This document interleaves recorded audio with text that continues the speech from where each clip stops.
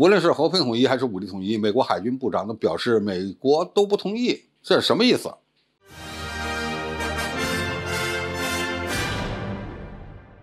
观众朋友，大家好，我是付先生。11月4日，美国海军部长卡洛斯·德尔托罗在参加某个论坛时提及中国10余次，而且呢，妄称中国以和平方式或军事手段接管台湾的意图，会对美国的经济安全以及全球经济的不稳定造成最严重的影响。他再度强调，中国是美国必须注意的第一威胁。虽然美国政府一直坚持一个中国的政策，但是并不等于他们支持中国的统一。估计美国海军部长是第一位说了大实话的人。早在10月5日，德尔托罗就曾经在美国海军学院发表演讲，同样针对台湾问题大放厥词。他说，坦率地讲，我们的目标不是与中国开战，没有人想卷入冲突，我们的最终任务是阻止他们完成企图要做的事儿，包括接管台湾地区。托罗的表态呢，虽然只代表他个人，而且目的呢，估计还是向美国国会要钱。因为他随后呢又讲了中国海军舰艇的发展速度，但是他表达的意思更值得我们警惕。这就是无论我们做什么样的选择，美国都不会赞成中国统一。可以想象一下，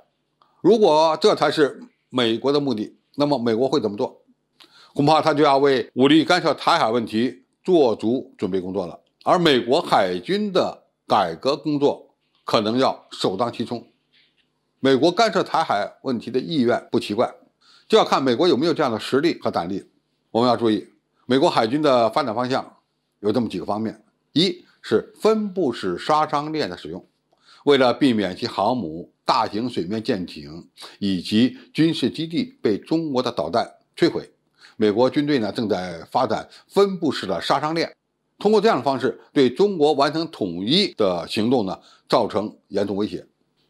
比如，美国可以更加依赖其潜射巡航导弹来拦射中国的两栖攻击编队。第二呢，美国要发展高超音速导弹、远程反舰巡航导弹等新技术、新装备，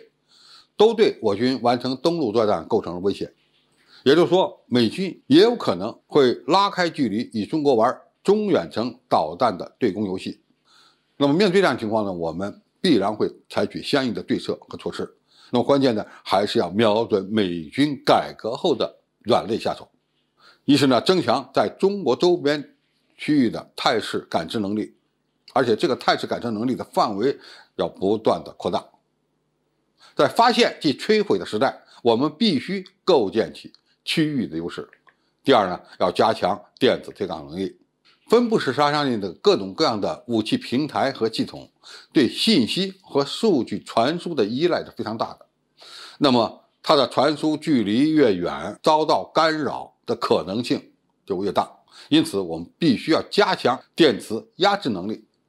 从而呢及时的切断它们各种各样平台之间的无线电联系。第三呢，我们要加强反潜力量建设，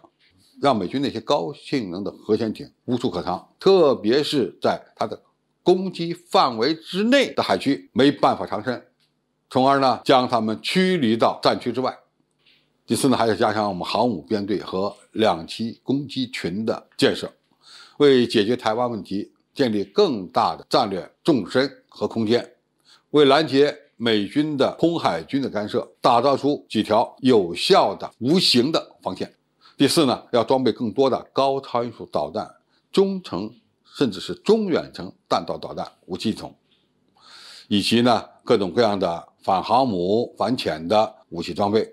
那就是让美军明白，干涉台海问题的后果就是其在亚太地区的所有基地，包括海上的活动机器，遭到毁灭性的打击。总之，不管美国人怎么想，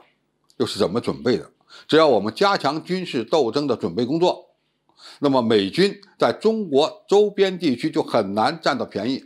我们完成统一的办法可能是和平统一，也可能是武力统一，也可能呢是两者相结合的方式。如果我们有实力破坏美军的干涉，美军也就失去了干涉的资本。这是两国军事实力和综合国力较量的一场长跑，更是一场意志力的较量。美国海军部长的阴谋也好，阳谋也好，显然是无法实现的。只要我们做好自己的事儿，增强自己的国力和军事实力，那么两岸的和平统一，我想就更容易实现了。好，今天的评述就到这里，谢谢大家收看，我们下期再见。